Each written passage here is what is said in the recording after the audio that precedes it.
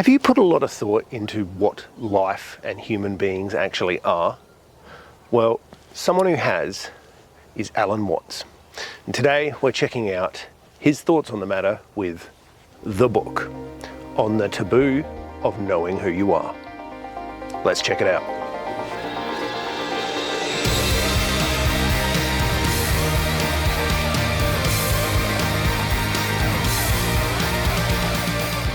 How are you all doing today, guys? I hope you're well.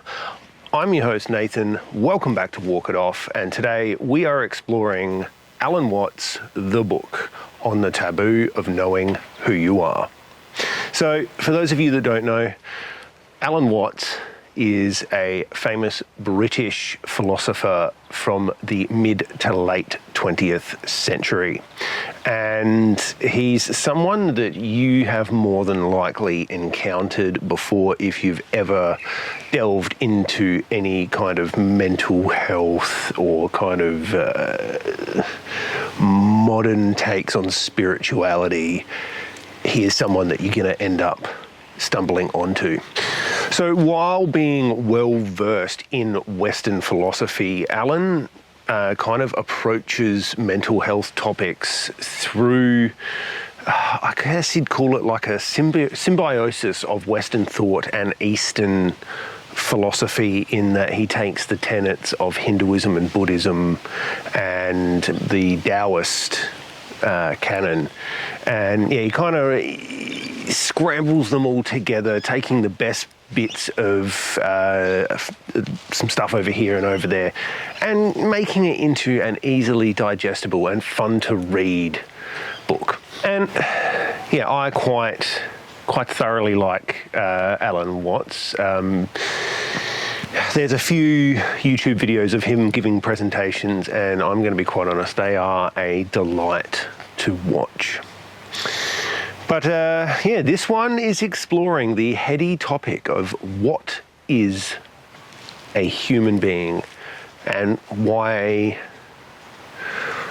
we seem to be so afraid to explore that topic, because for some reason people seem to think the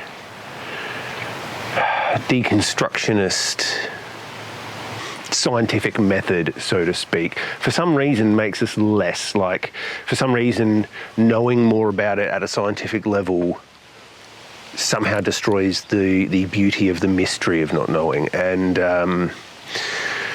yeah, to quote Richard Feynman, the late great physicist, knowing more about something does not make it any less beautiful. And yeah, Alan Watts is diving right into that. And yeah, he attacks it straight from the get-go in that the prevailing kind of Western, it's actually a very human thing. All cultures have kind of developed this as a way of thinking about what we are, in that we are somehow kind of like a ghost driving around a meat suit. And through what we've come to understand at a scientific level, that's factually incorrect. You are the meat suit, so to speak. For anybody that is interested in the topic, I think that you should hear the story of Phineas Gage, who is someone that got a metal rod shot through his, it like went in just here and shot out the top of his head, and he survived through it without even losing consciousness, and yeah, irrevocably changed his personality. So that kind of fundamentally says that the human mind is actually part of the body. So the mind is what your brain is doing. Okay? And yeah, Alan Watts is really diving deep into this topic and covers things like what Eastern cultures have kind of said on the matter. And something that I really enjoyed is something that crossed over with a lot of Gabor Mate's work, in that the mind is not separate from the brain, and the brain is not separate from the body, and the body is not separate from the universe.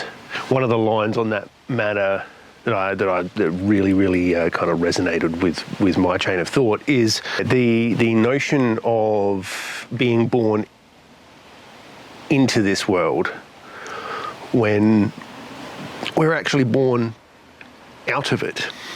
And this kind of, he explores the notion of not knowing who we are when it's actually kind of, the way he's talking about it is that kind of question is kind of asking it in a fundamentally clumsy way. So you don't ask where the universe is, because every single thing that has a where is in the universe. So where the universe as a whole is kind of doesn't actually, it's not really a question. It's kind of like a does not compute moment, so to speak. Right from chapter 1, he has this quirky little description of what life is. And he essentially describes it as you are a tube with an input end and an output end. And fundamentally, that's all that life is. And as life grows through the world, it becomes increasingly more complicated in that it becomes, you're now a mobile tube with all these little appendages that can make your input easier. So I really dig the way that Alan is attacking this false sense of separation that there is between ourselves and the universe at large, in that we are not an object in it, we are actually a process that is happening within the universe. So yeah, the phrase that Alan Watts uses to describe what we actually are is that we are like a whirlpool in a river, okay? We are transient phenomena that is a self-preserving process that lasts on average about 80 years. Okay, and this follows from the thought that scientific progress has taught us that the universe is 13.8 billion years old, Earth itself is about 4.8 billion, and life somewhere around the 3.5 billion years. And at its core, we are, and to quote the great science communicator Carl Sagan, we are something that hydrogen atoms do given 13.8 billion years and energy. Something that Alan talks about that I quite enjoyed, and I'm encountering it more. I recently went to a cultural anthropology lecture, and while I do agree with some of it, there's parts of it that I dislike. But yeah, anyway, what Alan talks about is how you've never actually really had a truly original thought because you didn't invent the language that you're thinking within. And we don't, like, outside of cultural anthropology, it's not really spoken about too much in the context of how language affects the way we think and perceive the world. And so, yeah, different cultures, because we speak fundamentally different languages, have had extremely different outlooks and ways of processing. How different of an outlook you can have purely based on how you speak, because that's the way you think. So how Alan talks about this is that Aztec culture only had one word for everything that falls out of the sky, whereas Eskimos have 5 different words that describe different forms of snow. And they are going to have deep and large differences in the way that their thought process functions around topics like that. So Alan also he gives a bit of a critique in that as a culture we shy away from speaking about this, and for the longest time the only people who were really it was not taboo for them to speak about it was the heavily religious and devout. But the main problem there is that most religions have an extremely difficult time integrating new information. The phrase that is most often used to describe that is they're very dogmatic in that they try to close off new information and what they say goes, and to step out of line from that will kind of end up you can end up being shunned and pushed out of your culture by not agreeing with this. We've seen that time and time again with people like Copernicus, Galileo, and Giordano Bruno, who got burnt at the stake for challenging the beliefs and dogma of the church at the time.